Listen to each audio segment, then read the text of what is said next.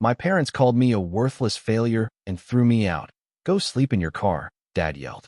They didn't know I owned a penthouse in Los Angeles, so I just smiled and left. 1 week later, they showed up at my door begging for help. I, 32M, was called a worthless failure by my parents. They had no idea what I'd built. The rain hammered against the windshield as I sat in my car outside my childhood home, hands gripping the steering wheel until my knuckles turned white. Inside that house, my parents had just told me I was a disappointment, a failure, someone who'd never amount to anything. My father had actually pointed at the door and told me to go sleep in my car since I was so useless. My mother had stood behind him, arms crossed, nodding along with every cruel word. I'd driven there that evening to tell them about a business deal I'd just closed. Instead, I'd walked into an ambush. My younger brother had apparently told them I'd been fired from my corporate job 6 months ago, which was true. What he hadn't told them, because he didn't know, was what I'd been building since then. The whole confrontation started when my father asked about my job. I'd explained that I'd left the company to pursue my own venture. That's when his face turned red. He launched into a tirade about how I was throwing away a stable career, how I'd always been the problem child, how my brother had a real job at a law firm while I was playing entrepreneur. My mother chimed in about how embarrassed they were to tell their friends about me. I tried to explain that my tech consulting business was actually doing well, that I'd secured several major clients. But my father cut me off. He said I was delusional, that I'd always had my head in the clouds, and that it was time I faced reality. Then came the final blow. He told me I was worthless, that I'd wasted every opportunity they'd given me, and that I should leave their house and not come back until I had a real job and a real life. My mother had added that maybe sleeping in my car would teach me some humility. I'd simply smiled, grabbed my jacket, and walked out. They didn't know that 6 months ago, I hadn't just left my job. I'd left with 3 senior colleagues to start a specialized cybersecurity consulting firm. We'd been working 16-hour days, living off savings, building something from nothing. And 2 months ago, it had finally paid off. We'd landed a contract with a major entertainment company, then another with a finance firm, then 3 more. What my parents definitely didn't know was that 4 weeks ago, I'd closed on a penthouse in downtown Los Angeles. 22nd floor, floor-to-ceiling windows, a view that stretched to the ocean on clear days. I'd paid cash. Well, mostly cash after a very reasonable mortgage on the remainder. The business was pulling in more money than I'd ever made in corporate, and it was just the beginning. But I hadn't told them any of this. Over the past few years, I'd learned that my family had a strange dynamic. My brother could do no wrong.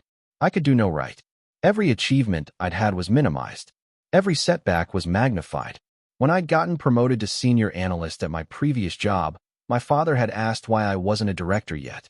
When my brother had passed the bar exam on his second try, they'd thrown him a party. So I'd stopped sharing. I'd stopped seeking their approval. And when I'd started my business, I decided not to tell them until it was undeniably successful. I wanted to walk in one day with proof that I'd made it, that I was more than they'd ever given me credit for. Instead, I'd walked in to tell them about a major milestone, and I'd been thrown out. As I drove away that night, I made a decision. I wouldn't reach out. I wouldn't explain. I'd let them believe whatever they wanted to believe. If they thought I was sleeping in my car, so be it. The next week was chaos at work. We landed another client, a streaming service that needed a complete security overhaul. My partners and I were negotiating contracts, hiring new team members, and setting up a proper office space. The penthouse became my sanctuary. I'd come home late, pour a glass of whiskey, and stand at those windows looking out over the city I'd conquered. My brother called twice. I didn't answer. He left voicemails asking if I was okay, saying that maybe our parents had been too harsh, but that I needed to understand their perspective. I deleted both messages without listening to them fully. Then, exactly 1 week after they'd thrown me out, my doorman called up. My parents were in the lobby. They wanted to come up. I told him to send them up. I'd thought about this moment. Part of me wanted to turn them away, to let them feel a fraction of the rejection they'd served me. But curiosity won out. I needed to know why they were here. When I opened the door, their faces were priceless. My mother's eyes went wide as she took in the entryway, the marble floors, the contemporary art on the walls. My father's expression shifted from confusion to something like shock as he peered past me into the open-concept living space. My mother asked if this was my place, her voice small and uncertain. I confirmed that it was and invited them in. They walked through my home like they were touring a museum. My father kept touching things, the leather sofa, the granite countertop, the smart home panel on the wall, as if he couldn't quite believe they were real. My mother had tears in her eyes, though I couldn't tell if they were from shame or something else. Finally, they sat down on my couch. Neither of them seemed to know where to start. My father cleared his throat and began to explain why they'd come. My brother had apparently mentioned to them, casually, that I'd been looking at property in Los Angeles a few months back. They dismissed it as more of my fantasies. But then one of their neighbors, someone who worked in real estate, had mentioned seeing a property transfer record with my name on it. They'd looked it up. They'd seen the address and the sale price. My mother jumped in, saying they'd had no idea, that I'd never told them, that if they'd known I was doing so well they never would have said those things. Her voice cracked as she spoke, and I could see she was genuinely distressed. But I wasn't ready to let them off the hook. I asked them a simple question. I asked why it mattered. Why did my success or failure change how they treated me? Why was I worthless when they thought I was struggling, but suddenly worth their time now that they knew I had money? My father tried to defend himself. He said they'd been worried about me, that they'd wanted to push me to do better, that sometimes parents had to be tough to motivate their children. He said they'd always loved me, even when they were critical. I told him that love wasn't conditional on success. I reminded him of every time he'd compared me unfavorably to my brother, every achievement of mine he'd dismissed, every time he'd made me feel like I wasn't good enough. I told my mother that she'd enabled him, that she'd never once stood up for me, that her silence had hurt almost as much as his words. My mother broke down then. She admitted that they'd been wrong, that they'd been too hard on me, that they'd let their own anxieties and insecurities color how they'd treated me. She said my father had grown up poor and was terrified of his children struggling the way he had. She said she'd been raised to defer to her husband, and she'd forgotten that her son needed her advocacy more than her compliance. It was the most honest conversation I'd ever had with them. But then my father asked for help. He explained that my brother's law firm was going through restructuring. My brother might be laid off. Their own retirement savings had taken a hit in the market. My mother needed a medical procedure that insurance only partially covered. They were stretched thin financially, and they'd hoped, now that they knew I was doing well, that maybe I could help them out. And there it was, the real reason for their visit. I sat back and looked at them, these two people who'd raised me and broken me in equal measure. Part of me wanted to throw their own words back at them, to tell them to figure it out themselves, to let them feel what it was like to be dismissed when they needed support. But I'm not them. I told them I would help with my mother's medical bills. I would pay for the procedure outright. But I also told them that this wasn't a blank check on our relationship. I explained that I needed time to process what had happened, that their apology, while appreciated, didn't erase years of feeling inadequate and unwanted. I said that if they wanted to rebuild our relationship, it would take time, effort, and genuine change from them. My father looked like he wanted to argue, but my mother put her hand on his arm. She said they understood, that they would do whatever it took, that they just wanted their son back in their lives. I also told them that my help came with a condition. They needed to examine how they treated both their children. I told them that the favoritism toward my brother had damaged both of us, that it had created a dynamic where he felt entitled and I felt insufficient. I said that if we were going to move forward, they needed to treat us as equals, not as the golden child and the disappointment. My father actually nodded. He admitted that he'd projected his own relationship with his brother onto us. He'd been the screw-up in his family, and his brother had been the success, and he'd unconsciously cast us in those same roles. It wasn't a complete reconciliation. We didn't hug and cry and promise everything would be perfect, but it was a start. Update 1. It's been 3 months since my parents showed up at my penthouse. I paid for my mother's procedure, which went well, and she's recovering nicely. True to their word, my parents have been making an effort. My father calls me once a week now. We talk about business, sports, life. He asks me about my company with genuine interest, and he actually listens when I talk. He started sharing stories about his own career struggles, things he never told me before, and I'm beginning to understand where his fear and pressure came from. My mother and I have had lunch several times. She's apologized repeatedly, sometimes to the point where I've had to tell her that we need to move forward rather than dwelling on the past.